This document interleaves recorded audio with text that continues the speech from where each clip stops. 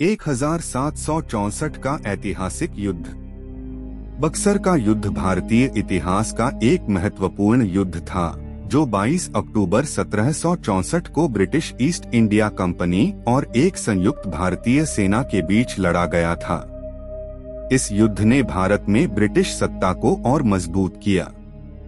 युद्ध में शामिल पक्ष: British East India Company commander Hector Munro के नेतृत्व में, संयुक्त भारतीय सेना मुगल सम्राट शाह आलम द्वितीय, बंगाल के नवाब मीर कासिम, अवध के नवाब शुजाउद्दौला।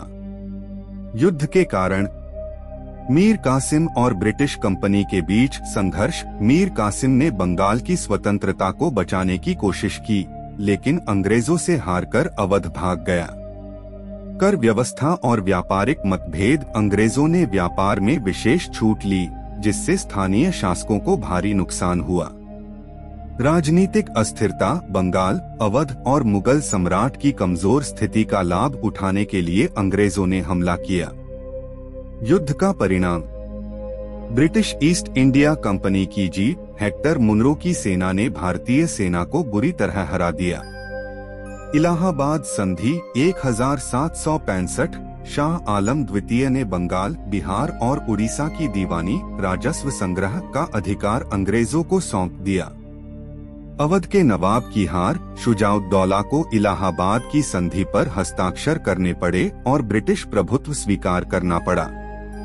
भारत में ब्रिटिश शासन की नींव मजबूत हुई। इस युद्ध के बाद ब्रिटिश कंपनी भारत में एक शक्तिशाली राजनीतिक ताकत बन गई। बक्सर के युद्ध का प्रभाव: भारत में ब्रिटिश ईस्ट इंडिया कंपनी का प्रभाव बढ़ा। भारतीय शासकों की एकता की कमी सामने आई। कंपनी को कर वसूलने का अधिकार मिल गया, जिससे ब्रिटिश आर्थिक और राजनीतिक शक्ति बढ़ गई। भारत में औपनिवेशिक शासन का विस्तार हुआ। निष्कर्ष: बक्सर का युद्ध भारत के इतिहास में एक निर्णायक मोड़ था। यह युद्ध न केवल बंगाल, बिहार और अवध के भाग्य का निर्धारण करता है, बल्कि पूरे भारत में ब्रिटिश शासन की नींव रखता है। यह भारतीय शासकों के आपसी संघर्ष और अंग्रेजों की कूटनीतिक चतुराई का एक बड़ा उदाहरण है।